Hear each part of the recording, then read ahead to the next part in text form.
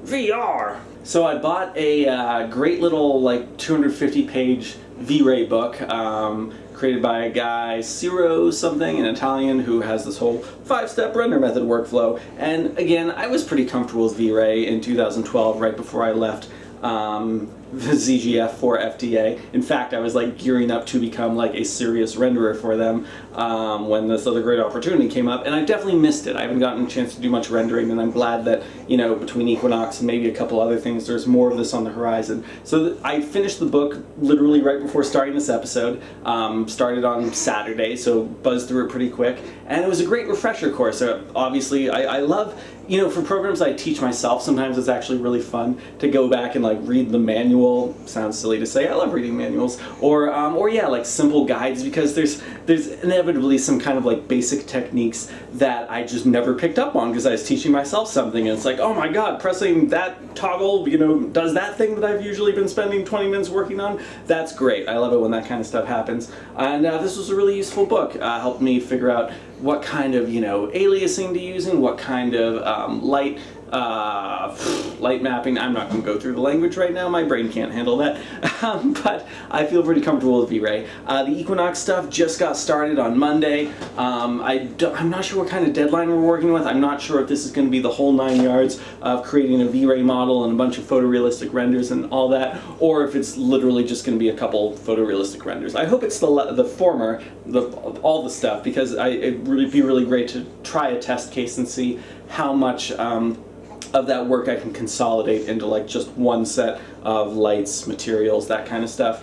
And yeah, it's been fun so far. I took this space. It was modeled by HOK, which is a firm that I visited a couple of the offices of, and I was like, I bet they probably made a Revit model for this. So I was able to get the Revit model, and that definitely helped with creating the space. And then this was the first day I got it, so Monday. The first thing I did when I went home was like, you know, set up the cameras and just do like a nice clean daylight render. Well, one of it's like a women's locker room, so, you know, it's all artificial light, but just getting a quick pass at those renders, and then moving the camera out a little bit, and then doing a spherical render using Iris VR's awesome mobile app for VR panoramas, and everything looked great.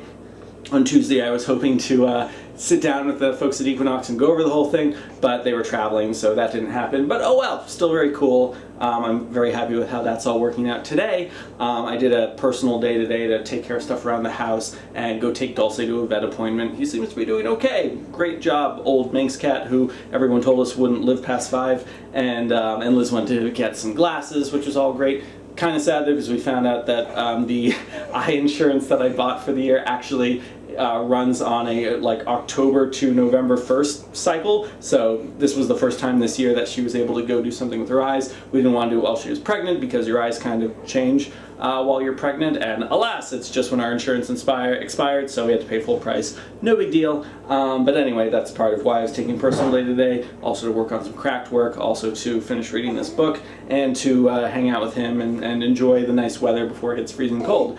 But I also did a Skype call with a guy named Sam out in Seattle who works for the magazine Ars Technica, and just chatted about VR. Not much more to say beyond that, except I kind of gave him the spiel of everything I've worked on, where it's kind of going, and he asked me, you know, where I think things are headed. It was a good conversation. I probably talk too much, as I tend to do.